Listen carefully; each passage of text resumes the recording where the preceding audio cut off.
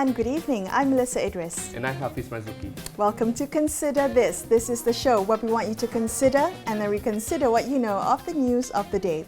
The Tobacco and Smoking Control Bill is expected to be tabled in Parliament this week.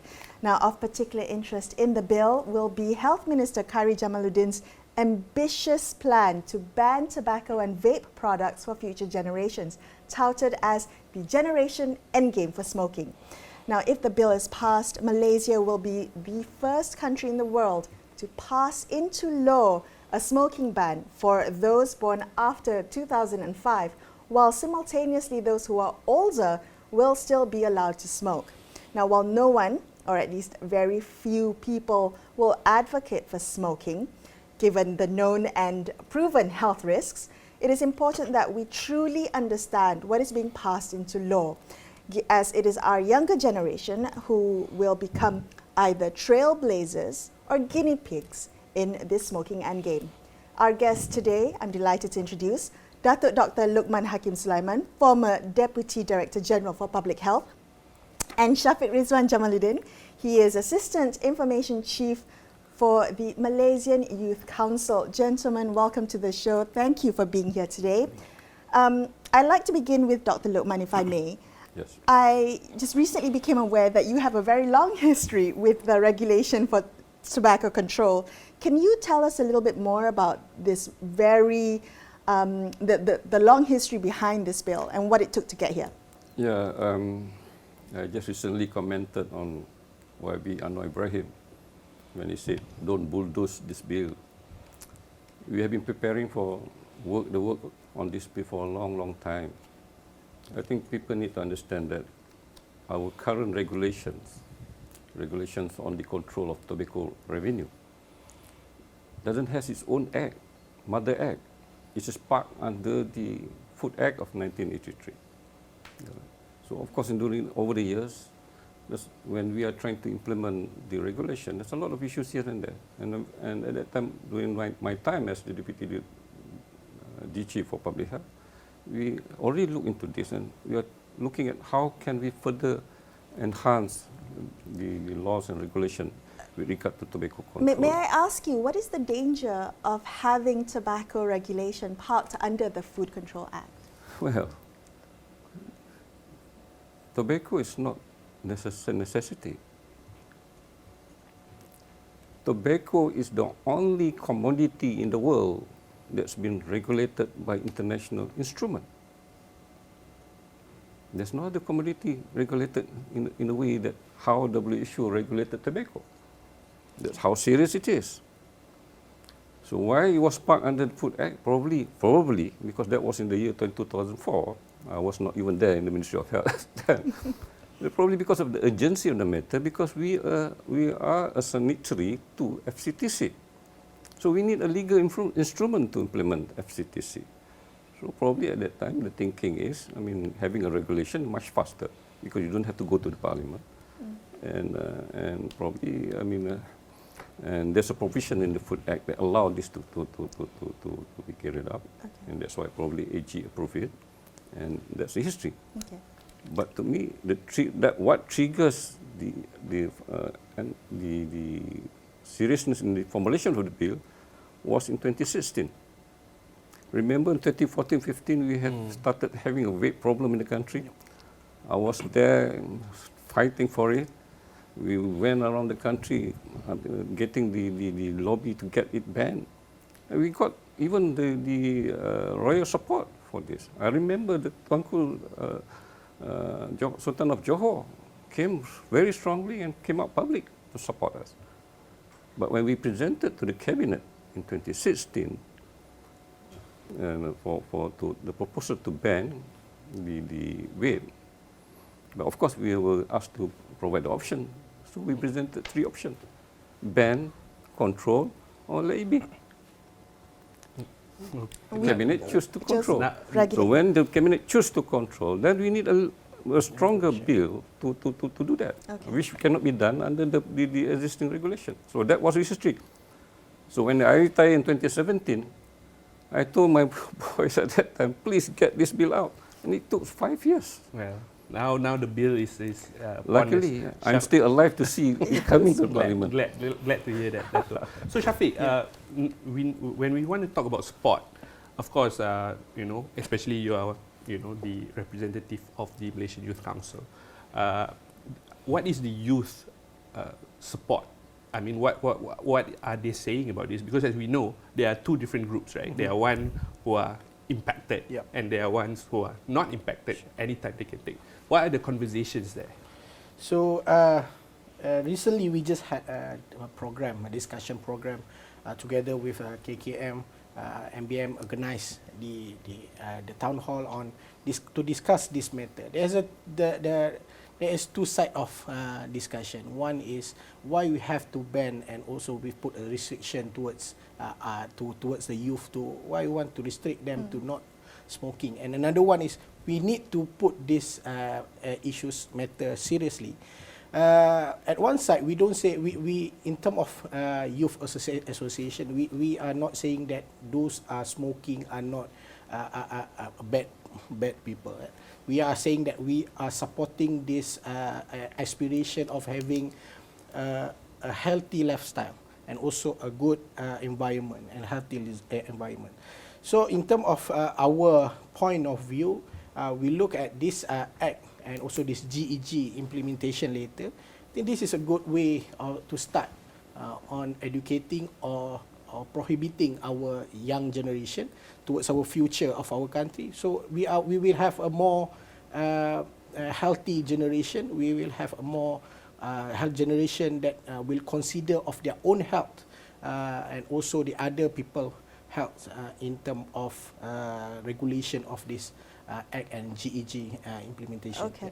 I do want to kind of circle back to the issue of vaping, which I think may impact young people in particular. And vaping, as I understand it, will be part of this regulation, this tobacco and smoking control bill. Can I ask you, Dr. Luqman, about what we know of the dangers of vaping and e-cigarettes? And I'm asking because there seems to be a difference in the way some countries approach vaping and Malaysia's approach to vaping. Looking at the UK and New Zealand, they have pushed vaping as a smoking cessation method, an option. So I think on all parts we agree that vaping has health repercussions, but some health authorities see vaping as less harmful than smoking. So don't vape or smoke if you haven't started, but if you do smoke, use vape as a cessation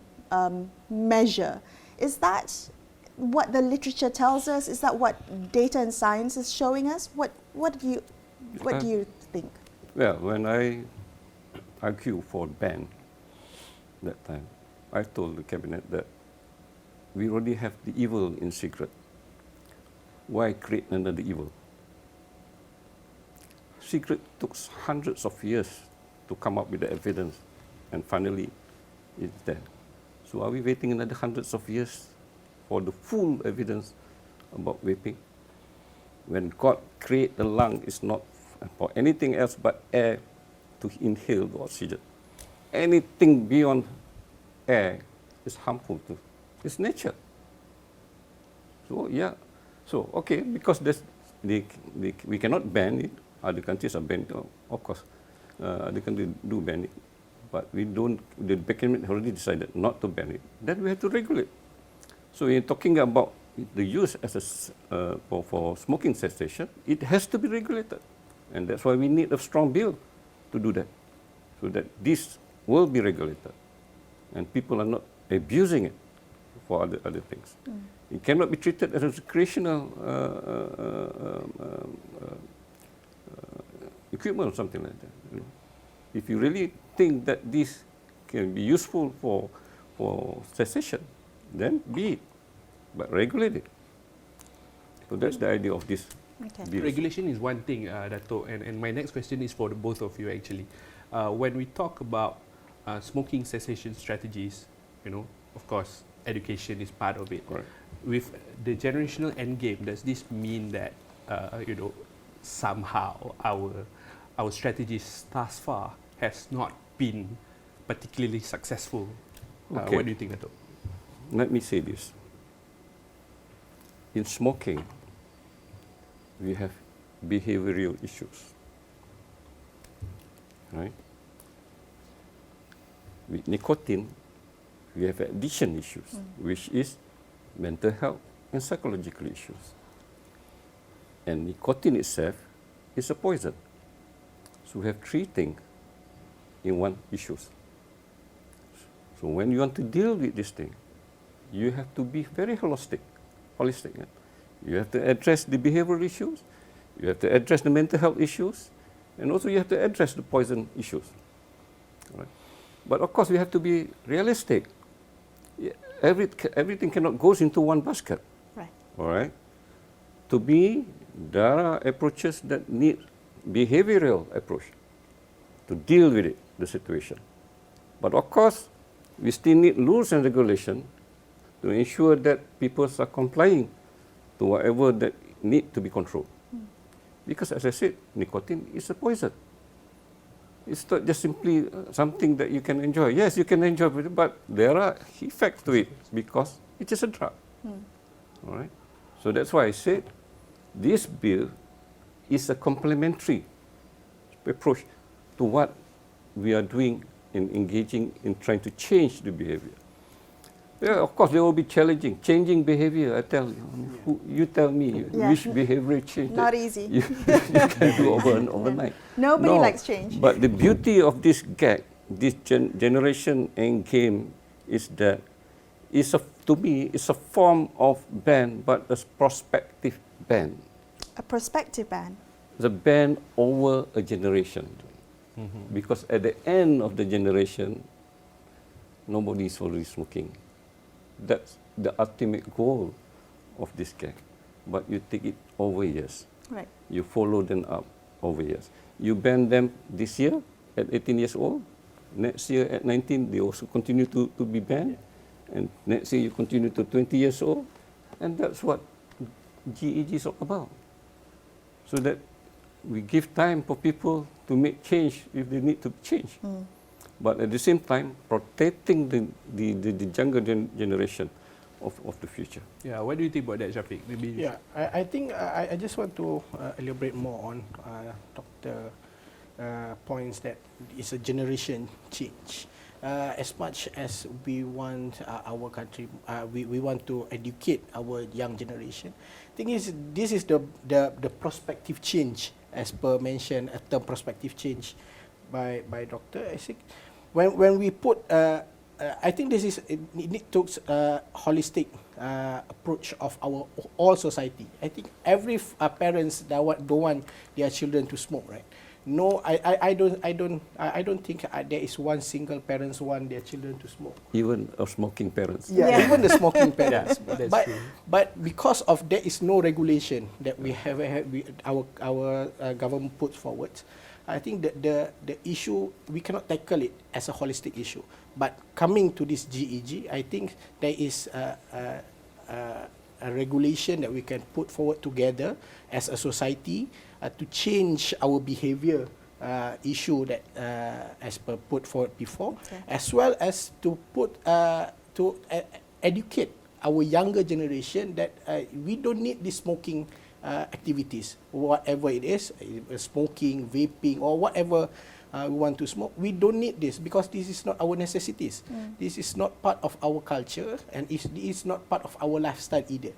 So smoking is not our lifestyle. So this is what the message we want to put forward, so that our future generation, we think about it, our future generation will not have this culture of smoking, vaping, that will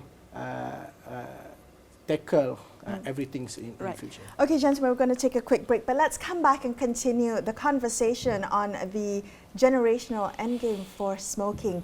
Stay tuned to consider this. We'll be right back.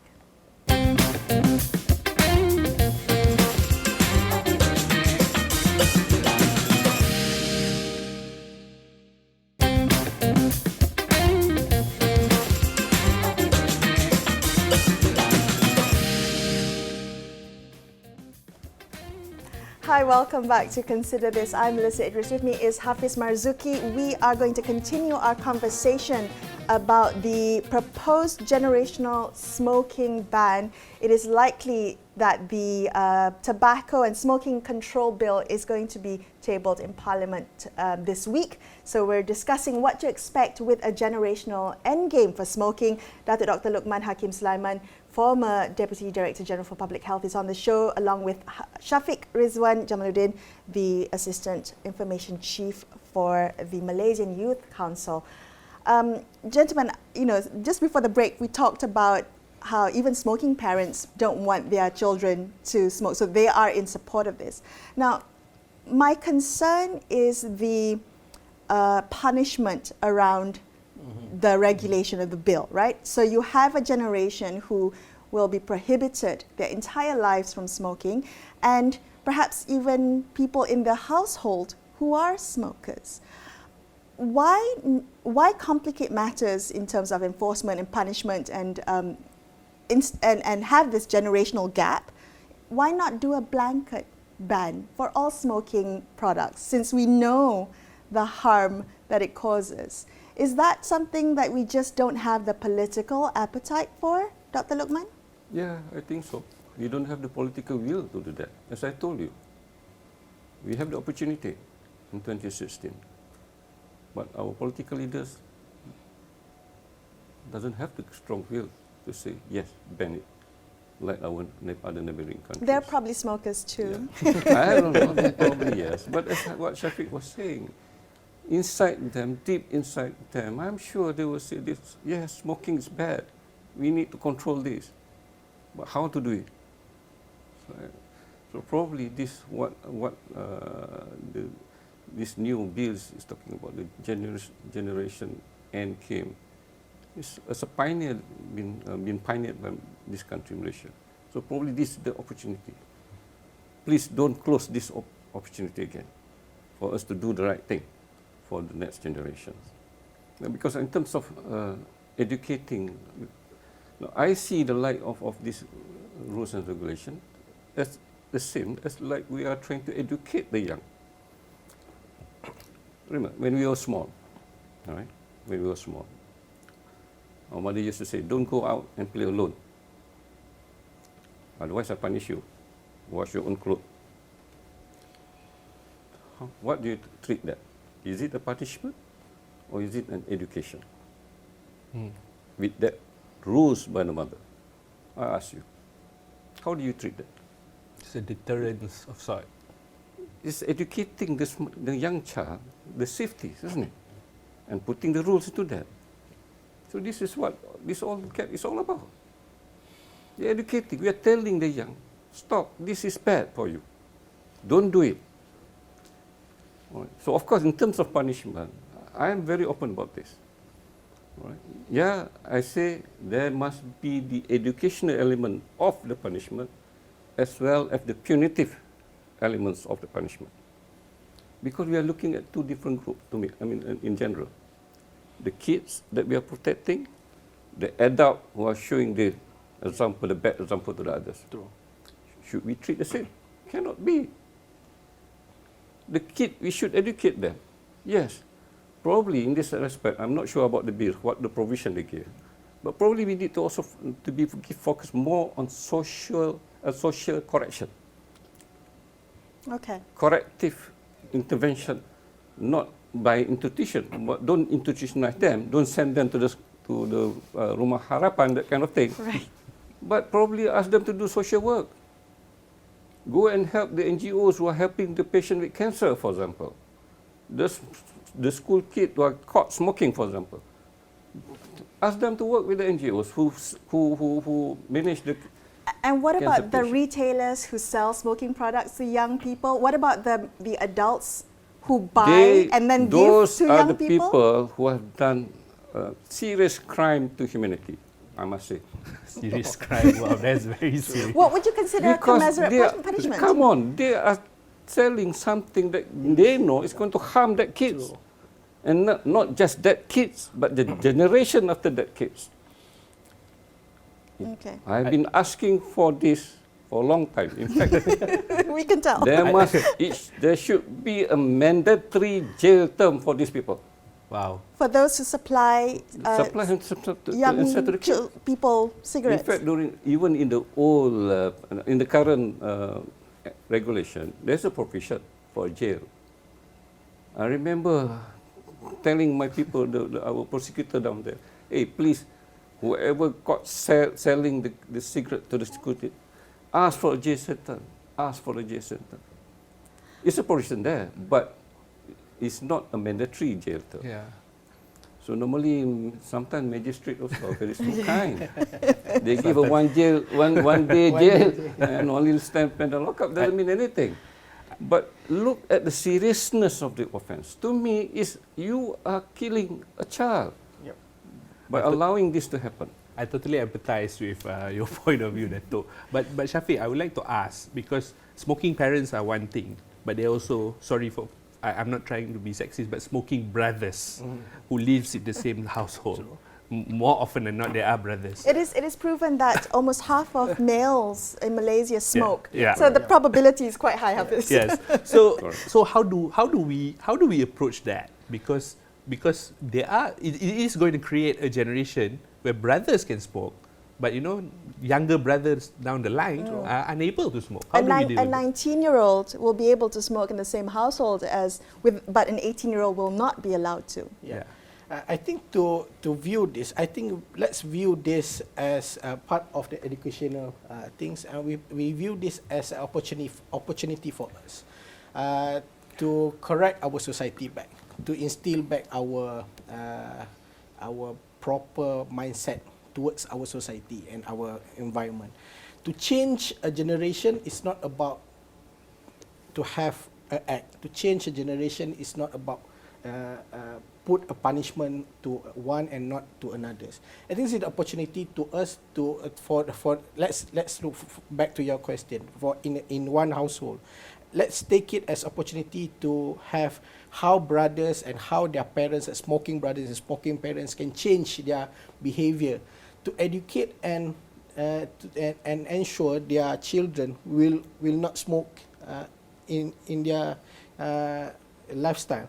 And let's take this to an opportunity for us to our MPs, our regulator and everything to have a good example for our young people. And also let's take this as opportunity for us to have a strong regulation, a strong enforcement towards all these sellers that sells the product to supposedly not being given to buy and use this. If I may, Sure. from what Shafiq says,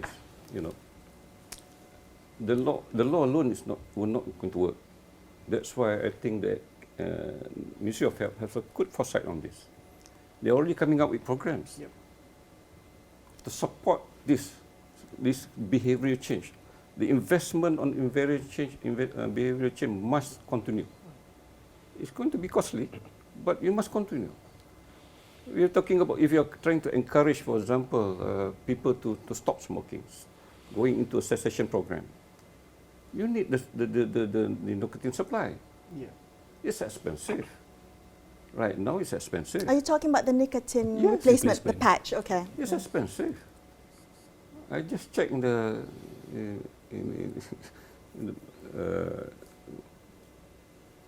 that a box of 10 patches can cost up to 78 ringgit. Wow.